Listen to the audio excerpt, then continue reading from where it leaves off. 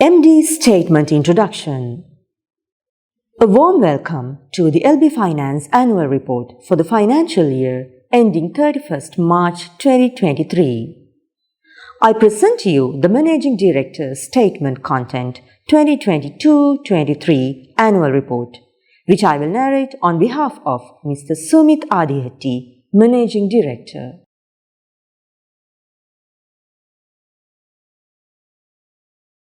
It was another challenging year for the Sri Lankan economy, marked by political and social unrest, widespread shortage of essentials, and runaway inflation that pushed the economy into a tailspin and caused an unprecedented deceleration in economic activity.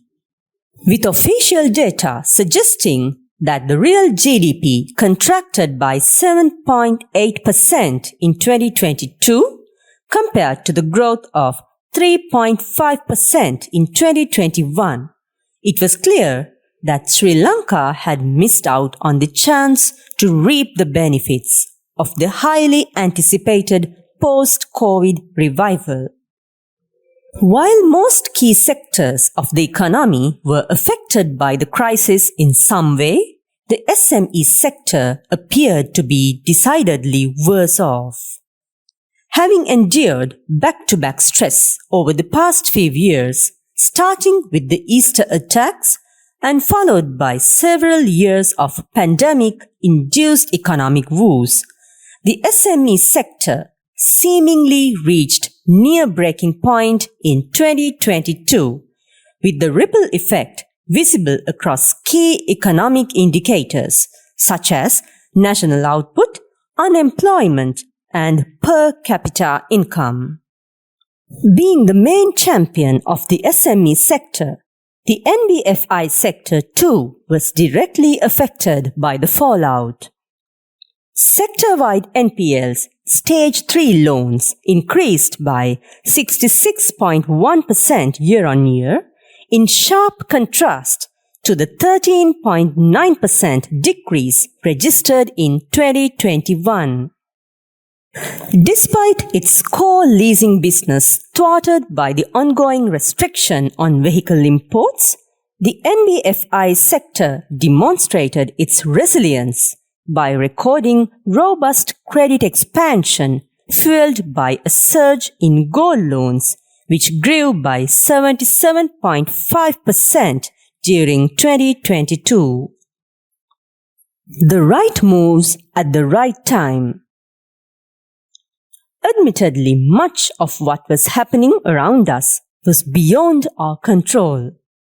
Nonetheless, unwilling to leave anything to chance, we moved quickly to take stock of the situation and right from the get-go began implementing action to improve business resilience and preserve the integrity of our brand. Our goal was to be proactive rather than reactive. As policy rates shot up in April 2022 by 7 percentage points and then kept moving upward, we continuously analyzed various asset classes with a view to minimize the impact of rate shocks against various rate-sensitive assets. Consequently, short-term assets such as the gold loan portfolio were strategically repriced to reflect the frequent rate revisions. On the other hand, a more broad-based approach was applied for managing long-term asset positions.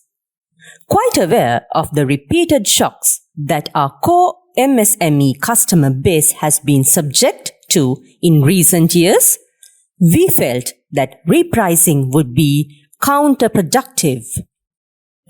As such, we refrained from repricing our existing auto finance book in line with rising rates, focusing instead on alternative strategies to reduce the concentration risk exposure on long-term assets. In this regard, we started promoting refinance facilities mainly for short-term working capital needs of existing customers This too only among customers presenting a high credit score.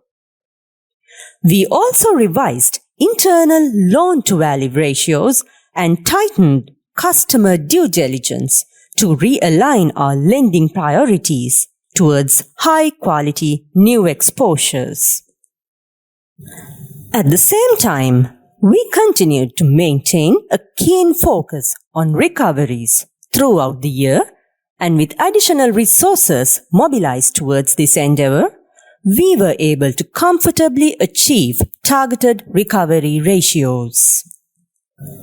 Moreover, following the conclusion of all government-led moratoria by end December 2022, we further amplified recovery action for moratoria customers, which I am pleased to see has produced some very satisfactory outcomes.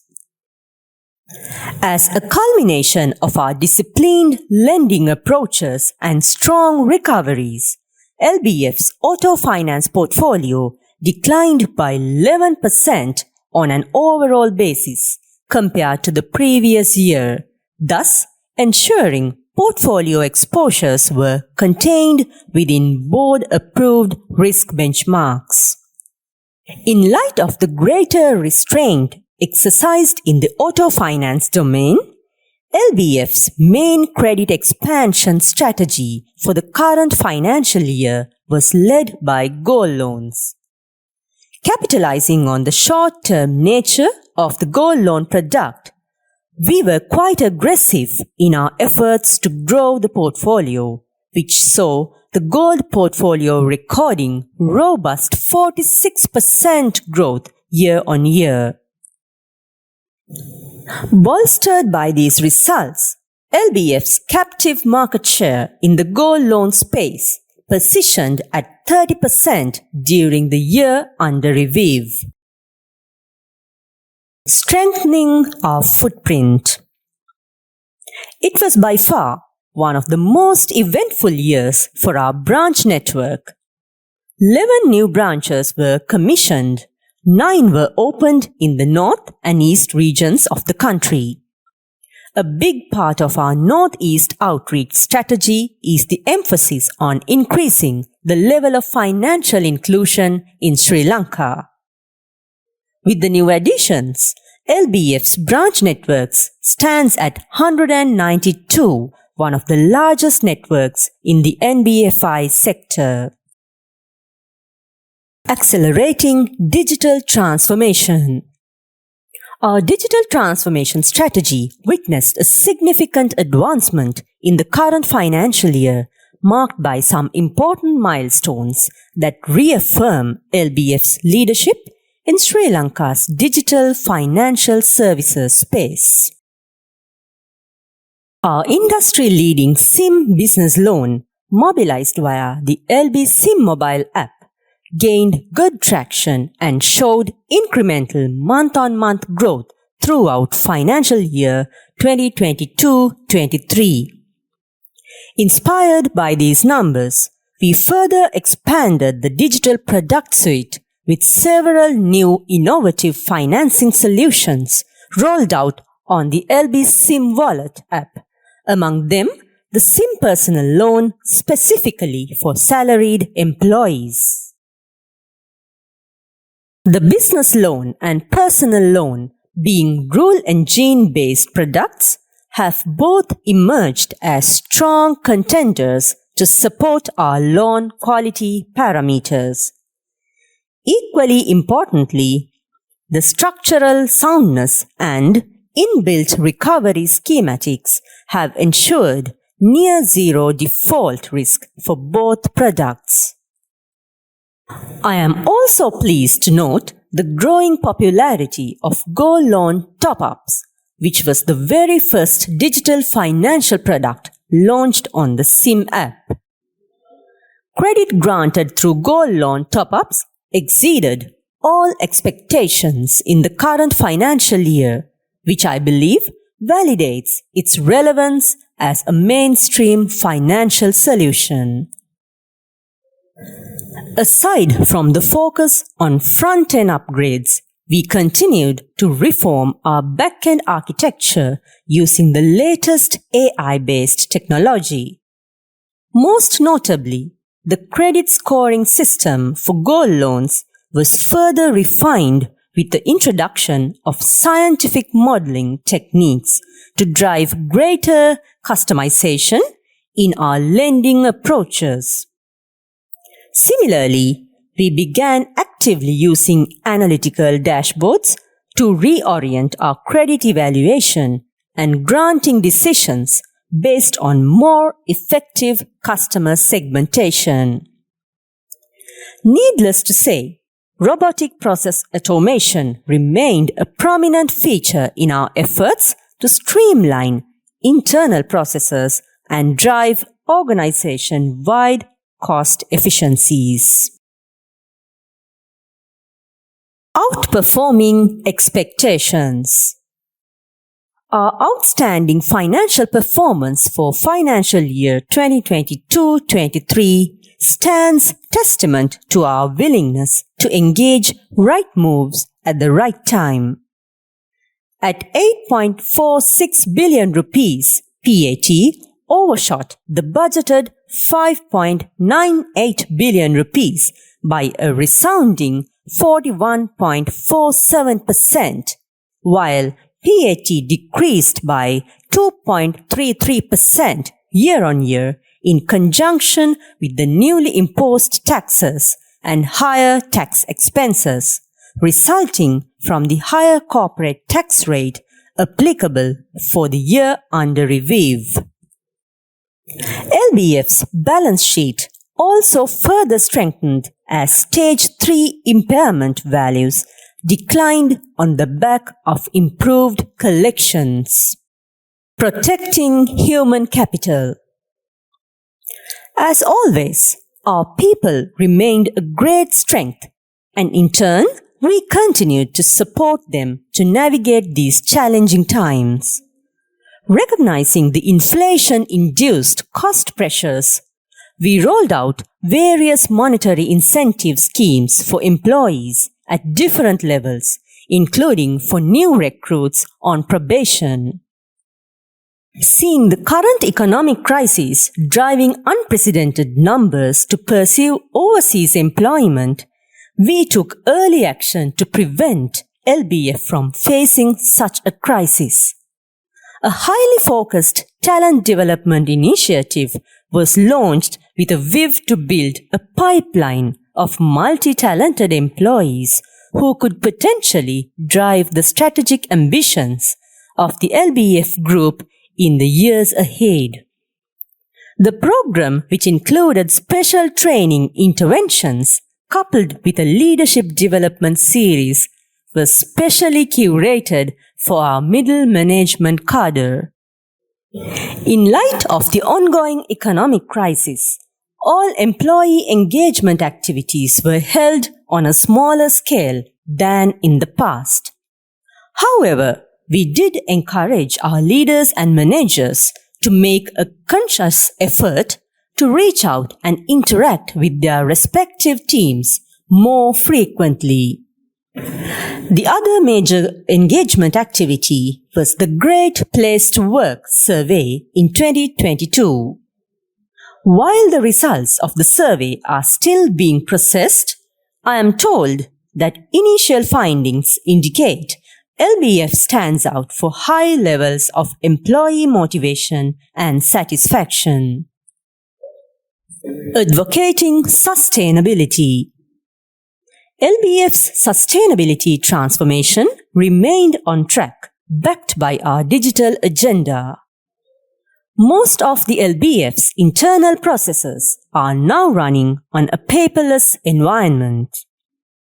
These are indeed encouraging, which leads me to think that our intention to be fully paperless workplace by 2026 is a very attainable goal.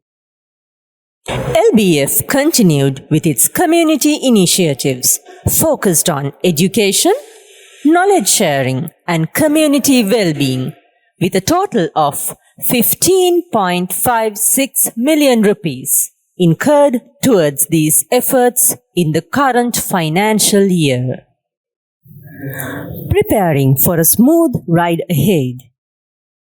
Everything we achieved this past year has been amidst the backdrop of extreme economic duress, which I believe reflects our determination to defy the odds. It is also the reason that I remain very optimistic about what we can accomplish when economic conditions are more conducive.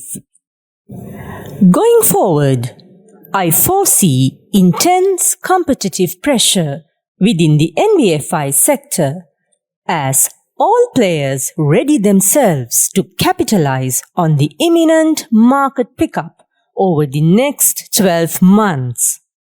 That said, I believe LBF will operate from a position of strength, not only because of our overwhelming success this past year, but also because of our commitment to deliver on our promise of shared value creation. As we journey onward, we will remain firmly anchored to the core foundational principles: customer affinity, prudent lending, and digital augmentation, coupled with robust risk management and oversight, which together have proven to be an unbeatable combination for assured success. Appreciations. I take this opportunity to thank our chairman and the board of directors for their foresight and visionary leadership that has paved the way for LBF to continue to grow sustainably regardless of challenges. I also wish to express my sincere appreciation to the corporate management and staff who rallied together and worked tirelessly to serve our customers and honor the commitments made to all stakeholders. To conclude, I wish to extend my sincere thanks to all our customers, shareholders, and other stakeholders for the trust and confidence placed in the LB brand. Rest assured, LB Finance PLC remains unequivocally committed to exceed your expectations in the years ahead.